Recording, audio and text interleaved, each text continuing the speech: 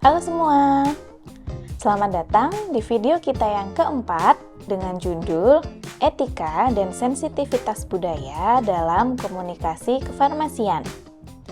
Dalam video kali ini, kita akan membahas bagaimana komunikasi tidak hanya sekedar menyampaikan informasi, tetapi lebih kepada membangun rasa percaya, menghargai perbedaan, dan memahami permasalahan dari sudut pandang pasien. Di sesi ini, kita akan membahas bagaimana faktor budaya dan latar belakang sosial serta prinsip etika profesional dalam membentuk cara kita berinteraksi. Tujuannya adalah sederhana, yaitu memastikan setiap pasien merasa didengar, dihargai, dan mendapatkan pelayanan sesuai dengan kebutuhannya. Setiap pasien yang datang ke fasilitas kesehatan pasti datang dengan membawa latar belakang, agama, nilai-nilai sosial yang berbeda, serta bagaimana cara mereka merespon terhadap apa yang kita sampaikan juga pasti akan berbeda-beda. Misalnya, dalam kondisi medis tertentu, keputusan pengobatan tidak diambil secara pasti oleh pasien tersebut, melainkan melibatkan keluarga dalam pengambilan keputusan.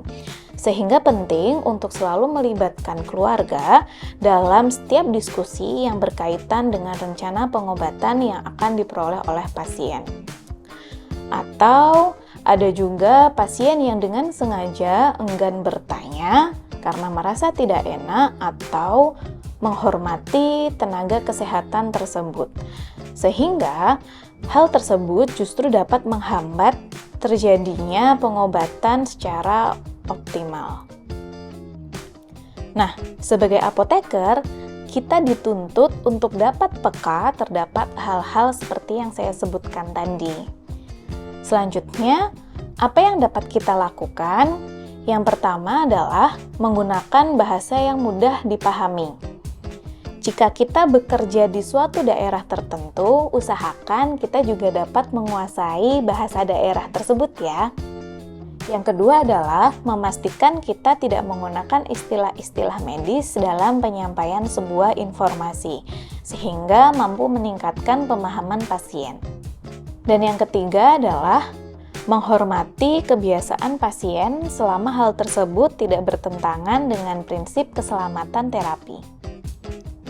Sebagai apoteker, dalam melakukan komunikasi, kita harus sesuai dengan etika profesional.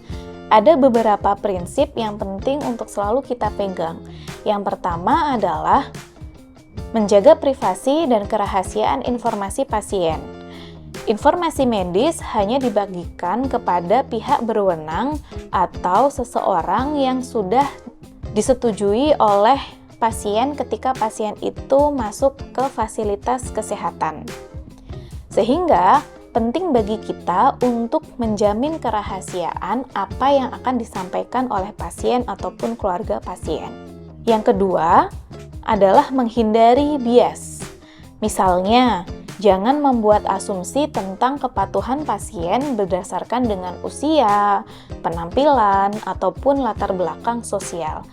Kita harus mampu menggali informasi yang lebih detail untuk menilai bagaimana kepatuhan pasien dalam mengkonsumsi obat-obatan.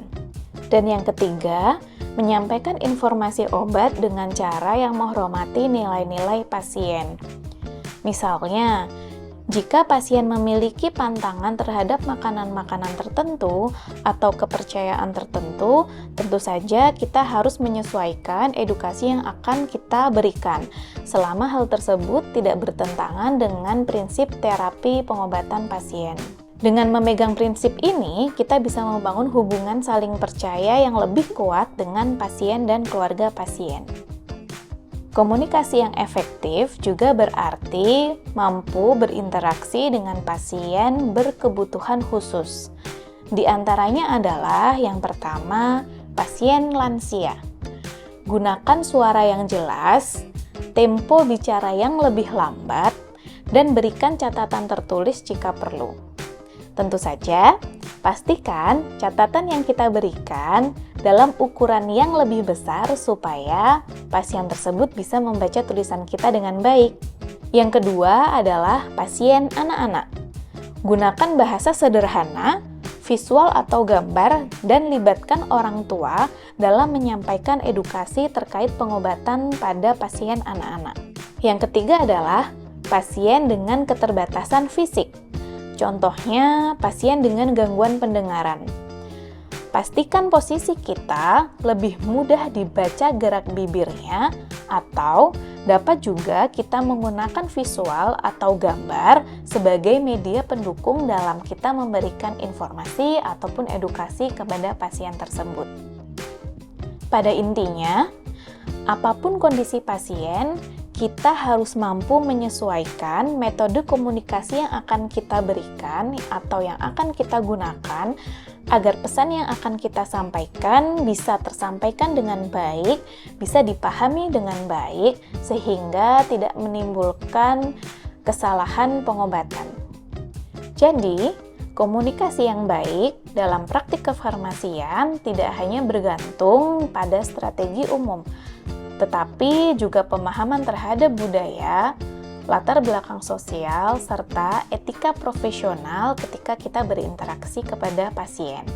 Dengan keterampilan ini, kita bisa memberikan pelayanan yang lebih inklusif dengan tetap menghormati nilai-nilai pasien, dan pada akhirnya kita bisa meningkatkan keberhasilan terapi. Terima kasih sudah menyimak video pada submodul ini. Sampai jumpa di submodul yang berikutnya. Jangan lupa untuk mengerjakan kuis dan membaca bahan bacaannya ya.